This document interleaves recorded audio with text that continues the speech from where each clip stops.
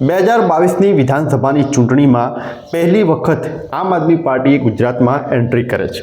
આ એન્ટ્રી થતાં જ કેટલાય નેતાઓને જ્યારે પૂછવામાં આવ્યું કે આમ આદમી પાર્ટીનું કઈ રીતનું પરફોર્મન્સ રહેશે, ગુજરાતની જનતા એમને સ્વીકારશે કે નહીં, ત્યારે મોટાભાગના નેતાઓનો જવાબ એ જ હતો કે ગુજરાતમાં ક્યારેય પણ ત્રીજો પક્ષ ચાલતો નથી, ગુજરાતની જનતા એને સ્વીકારતી જ નથી।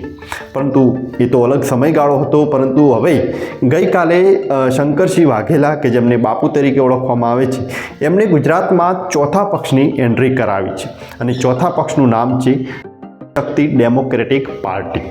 આજના સમીક્ષાના વિડીયોમાં એ જ વાતને સમજવી છે કે શંકરસિંહ વાઘેલાની આ પાર્ટી કઈ રીતનું પરફોર્મન્સ કરી શકશે।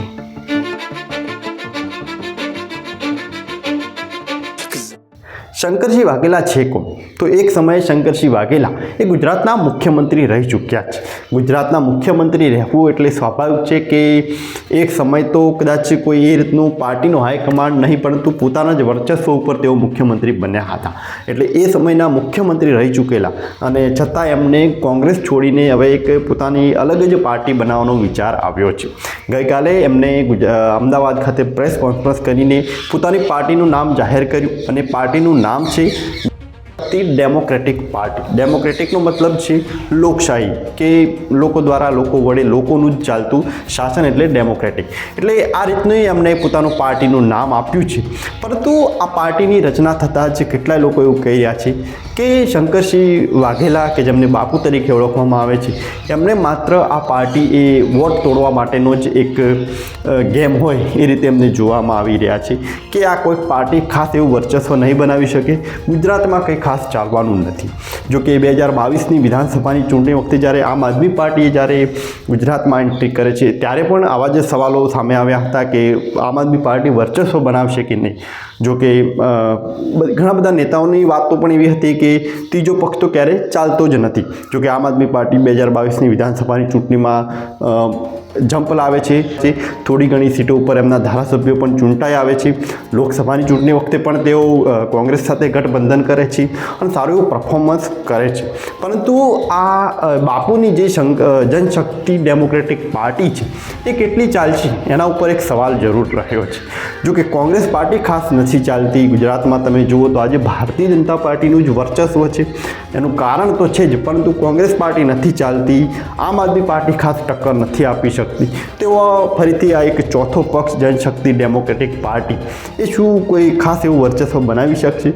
આ એક મોટો સવાલ રહ્યો છે। અને રાજનીતિમાં જો તમારું ખાસ કોઈ વર્ચસ્વ ન હોય તો પછી એ પક્ષનું પણ કંઈ ખાસ કામ રહેતું નથી। પરંતુ આટલા વર્ષોથી ભારતીય જનતા પાર્ટીની સરકાર છે, ગુજરાતમાં ભારતીય જનતા પાર્ટીનો દબદબો છે, એના પાછળનું કારણ શું છે? ગુજરાતમાં માત્ર આ એક એવો પક્ષ છે કે જે ઘણા વર્ષોથી ગુજરાતમાં દબદબો બનાવીને બેઠો છે, અને છે ભારતીય જનતા પાર્ટી। પરંતુ એનું જો મુખ્ય કારણ તમે સમજો તો એ છે ભાજપનું આયોજન।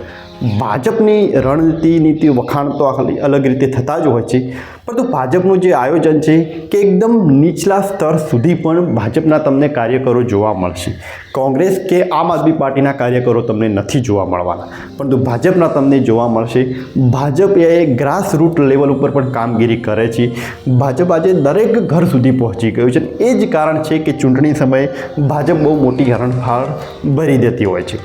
હમણાં થોડા ટાઈમ પહેલાં તમે જોયું છે કે જે રીતે સદસ્ય અભિયાન ભાજપે જે લોન્ચ કર્યું એમાં જો કે ઘણું બધું બોગસ, એમાં ઓટીપીથી, કોન્ટેક્ટ નંબરથી જે બોગસ આખું એમાં રજિસ્ટ્રેશન કરવાનો પ્રયત્ન થઈ રહ્યો હતો। કોઈ શિક્ષકોનો ઉપયોગ કરવામાં આવ્યો, કોઈ શિક્ષકોને, સરકારી અધિકારીઓને જેમાં સદસ્ય બનાવી દેવામાં આવ્યું, ઘણું બધું થયું હતું। પરંતુ ભાજપે કેટલા એવા સદસ્યો આખું એમાં બનાવી દીધું અને ભાજપની આખી કામગીરી એમાં બતાવવામાં આવી। હમણાં 2 દિવસ પહેલાંની એક વાત છે કે હું એક મારા રિલેટિવને ત્યાં ગયો હતો ને એ ભાજપના કાર્યકર છે, એટલે તેઓ જે રીતે બૂથની જે કમિટી હોય એમાં એમનું આખું રજિસ્ટ્રેશન કરતા હતા। મેં એમને પૂછ્યું કે તમે આ શું કરો છો? તો એક એમને કહ્યું કે ભાજપે મને આ કામગીરી આપી છે, મારા બૂથ વાઇઝ મારે વોટ્સઅપ પ્રમુખ, પેજ પ્રમુખ, મહિલા પ્રમુખ, આ બધાના નામ અને એમના કોન્ટેક્ટના નંબરને, ફોટોને બધું એડ કરવાનું, એમનું આખું રજિસ્ટ્રેશન કરવાનું છે। પરંતુ એમને સમસ્યા એ હતી કે એમાં જે એમને કોન્ટેક્ટ નંબર જે આપવામાં આવ્યા હતા એ મોટાભાગે બધા જ ખોટા હતા। એને બધા જો કોલ કરીએ તો બીજા રાજ્યોમાં જતા હતા. એટલે કહેવાનો મતલબ કે ભાજપ જે કામગીરી કરી રહી છે, જે કામગીરીમાં જે આપી રહી છે, જે contact number Bharatiya Janata party જોડે છે, એ બધા જ આડાઅવળા છે. કોઈ એની કામગીરી કરવામાં કોઈ એક ચોકસાઈપૂર્વક કોઈ એનો કાર્યકર કામ નથી કરતો, એ વાત સાચી છે. પરંતુ આ વાત ભાજપના નેતાઓને નથી ખબર એવું પણ નથી. ભાજપના નેતાઓને પણ ખબર છે કે અમે જ્યારે સદસ્ય અભિયાન ચલાવીએ છીએ ત્યારે મોટા ભાગના બધા જ કોન્ટેક્ટ નંબર એ ખોટી રીતે એમાં નાખવામાં આવે છે. બધું જ ખોટું છે, બધા જ ખબર છે, એને કંઈ લેવા દેવા પણ નથી. પરંતુ મને એક સવાલ આવ્યો કે ભાજપ આવું કેમ કરે છે? ભાજપને પણ ખબર છે કે આ નંબર મોટા ભાગે બધા ખોટા છે, તો આવું કરવા પાછળનું કારણ શું છે? જોકે તમે સમજો તો રાજનીતિમાં આ એક સાયકોલોજી છે. ભાજપ જોડે ભલે ખોટા તો ખોટા આડાવડા દેશમાંથી ઘણા બધા એવા આડાવડા નંબર ભારતીય જનતા પાર્ટીમાં રજિસ્ટ્રેશન થાય છે. એનો મતલબ કે જ્યારે કોઈ ચૂંટણી આવશે ત્યારે એ જ કોન્ટેક્ટ નંબરથી ભાજપ એ લોકો સુધી પહોંચી શકશે. આ આખી મોબાઈલની આખી એલ્ગોરિધમની એક સિસ્ટમ છે કે જેના સોફ્ટવેરથી ઉપયોગ કરીને મોબાઈલથી તમે લોકો સુધી પહોંચી શકો છો, તમારી વાત એકચ્યુઅલમાં એ લોકો સુધી પહોંચાડી શકો છો.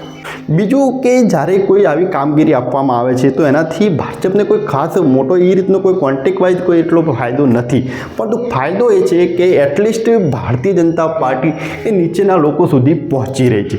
જ્યારે કોન્ટેક્ટમાં ઓટીપી લેવા માટે જ્યારે તમે કોઈ કોલ કરવાના છો કે ભાજપના એક રજિસ્ટ્રેશન થાય તો એનો મતલબ કે એના મગજ સુધી ભારતીય જનતા પાર્ટી પહોંચે છે. એટલે ગામડાના દરેક નાના મોટા દરેક ઘર સુધી એ ભાજપ પહોંચી રહી છે. જ્યારે કોંગ્રેસ પાર્ટી કે આમ આદમી પાર્ટી હજી સુધી આ રીતે ક્યારેય પહોંચી નથી. અને એ જ કારણ છે કે ભાજપના દરેક ઘરમાં આજે તમને કાર્યકરો જોવા મળી રહ્યા છે, દરેક ગામડાઓમાં તમને કાર્યકરો જોવા મળી રહ્યા છે. જ્યાં કોંગ્રેસનું જ્યાં વર્ચસ્વ છે એવા ગામડાઓમાં પણ તમે ભાજપની કામગીરી થતી જોવા મળતી છે. ઘણા એવા ગામડાઓ મેં જોયા છે કે જ્યાં ઘણા વર્ષોથી કોંગ્રેસને જ વોટ બેંક વધારે જોવા મળે છે, કોંગ્રેસ તરફથી જ વોટિંગ થાય છે. છતાં એ ગામડાઓમાં તમે જઈને જુઓ તો ત્યાં પોસ્ટર એ ભાજપના લાગેલા છે. જ્યાં આવી જે નાની મોટી જે કામગીરીઓ થતી હોય એ પણ ભાજપની જ થતી હોય છે. કોંગ્રેસના કોઈ ધારાસભ્યો પણ એ એવા ગામડાઓમાં પગ નથી મૂકતા.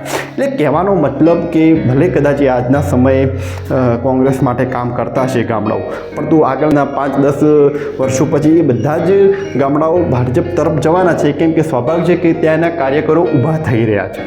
એટલે આ એક સાયકોલોજી છે અને આ રીતની એક કામગીરીથી ભાજપ આજે દરેક જગ્યાએ પોતાનું એક મજબૂત પકડ બનાવી દીધી છે. જોકે આમ આદમી પાર્ટી કદાચ એ કોંગ્રેસ કરતાં થોડીક એક્ટિવ હોય એ રીતે પણ જોવા મળી રહ્યું છે.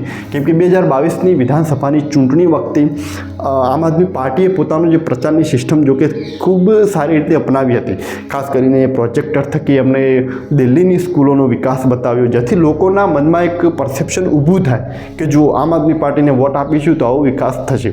એટલે જે કોંગ્રેસ પાર્ટી નથી કરી શકી એ આમ આદમી પાર્ટીએ પણ કરી બતાવ્યું હતું. જો કે આમ આદમી પાર્ટી પાછળ એટલું કોઈ પીઠબળ નહોતું એટલે કંઈ વધારે એમની જીત ન મળી હતી. પરંતુ કહેવાનો મતલબ કે ક્યાં તે ટક્કરમાં આપી શકે એમ છે. જો કે વાત કરીએ શંકરસિંહ વાઘેલાની જનશક્તિ ડેમોક્રેટિક પાર્ટીની, તો આ પાર્ટી હવે કઈ રીતનો ભાગ ભજવે છે એ આવનારા સમયમાં જ ખબર પડે છે. તમને શું લાગે છે શંકરસિંહ વાઘેલાની આ જનશક્તિ ડેમોક્રેટિક પાર્ટી વિશે એ નીચે કોમેન્ટમાં જરૂર લખજો. અને રાજનીતિ સાથે જોડાયેલા આવા જ વિડીયોને જોતા રહેવા માટે અમારી ચેનલને સબસ્ક્રાઈબ કરજો.